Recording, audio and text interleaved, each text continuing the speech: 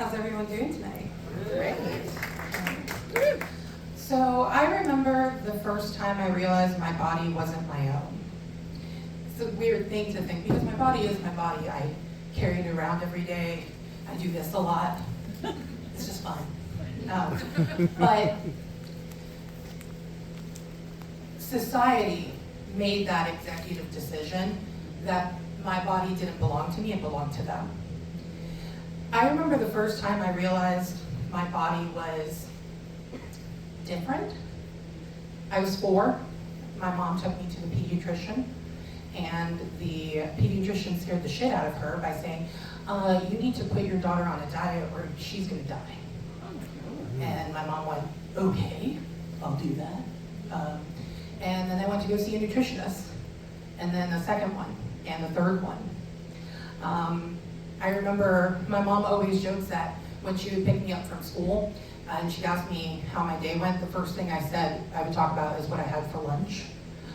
Even if she packed it, I'd like to tell her that I ate it all. Maybe sometimes I also ate my friend's lunch. I never saw the problem. I was hungry, so I ate. I ran around, I did dance competitively, I did theater, which is a sport all its own, and I didn't really see an issue with how much I ate. And then when I was 9, and I was still steadily gaining weight instead of losing it, my mom's like, what's going on? My mom took me to a hypnotist. And it smelled of chili peppers in there, and onions, and just a really nice stir fry the entire time. And she was essentially trying to hypnotize me to stop eating. And my mom's like, how do you feel? I was like, when's dinner?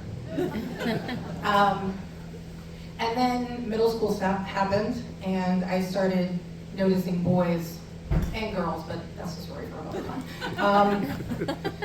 And I noticed that they were noticing me, but not how they were noticing my best friend Ashley, who was this tiny little petite thing who did cheer. And I was wondering, what's the difference? We're both girls. I'm funnier. And then it started becoming more apparent. I was never cast as a romantic lead in shows. I was always the mom or the grandma or the dead person right over there in the corner who did not move, had no lines. And I was just like, I don't know, I don't understand. Then I went to visit my dad, who is a retired police officer in Miami-Dade. And they don't have offices. Their patrol car is their office, essentially. And I would see all of his other co-workers' offices full of these beautiful pictures of their kids and their families and all that stuff. And my dad had pictures of his wife. My dad had pictures of my brother. My dad did not have one picture of me. And I just thought, is mom not sending me the photos? Is that what it is? And he verbatim told me, he goes, sometimes he's embarrassed to show off his daughter because she looks different. Because all of his other friends have these beautiful, thin, gorgeous daughters. And that kind of fucks with your psyche when you're 15 years old. It kind of fucks with your psyche at any age. And thus began this journey of not understanding my body and not understanding that it needs food to live, and that my size does not dictate whether or not I'm allowed to eat food. But society was telling me, no, don't do that, don't eat food. Don't even think about food. So I didn't.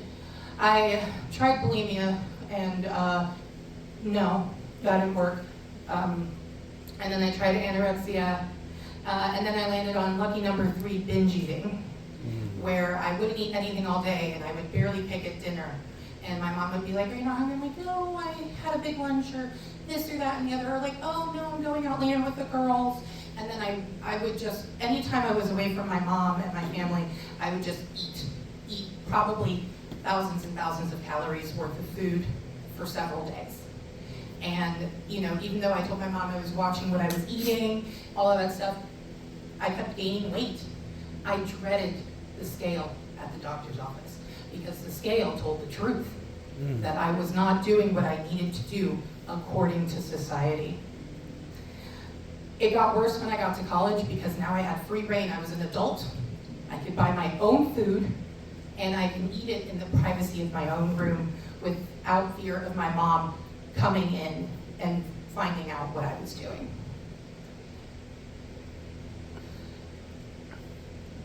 I have always been the funny one in the friend group.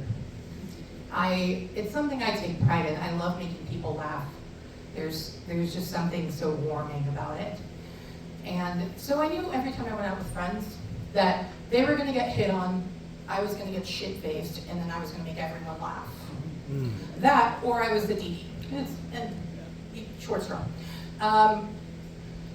We were at a party, and a guy came up to me, not to my super hot friends, to me, and I was like, hello, how are you?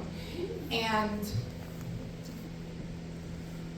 I was so overwhelmed with someone taking interest in what I had to say, and didn't care that other people saw us together and maybe jumped to conclusions. And that one guy took advantage of me and made me question, was I even worth being seen in public with?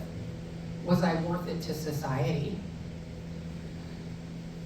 And it took a really long time for me to come back from that. I'm 29 now. I'm going to be 30 in April. I'm very excited. I used to be super scared of turning 30. I'm so excited to get older and wiser and hotter. I'm so looking forward to it, and to see my friends also grow older and wiser and hotter, and for us to have all this vast knowledge and hopefully money to travel, because right now it's not looking really well. But and I have a wonderful fiance who worships the ground I walk on at any size. And I talk to my mom now, and she understands how what she did hurt me, because it was done to her as well. My mom was 6 when they put her in Weight Watchers. And if you look at photos of her, you're like, the fuck? Because she was not fat at all. You look at photos of when people had problems with me, I didn't think I was fat. I look back now, I was like, dang, I wish my thighs were that small so I can fit into those jeans again. But it doesn't really matter what society thinks or what you guys think or what I think. It's what my body thinks, and my body carries me from point A to point B. My body gives the best damn hugs. My body holds people, and my body holds memory, good and bad. And my body nurtures me in a way that nothing else ever will. And I think that's the whole point of this. Somebody to love, your body to love. Thank you.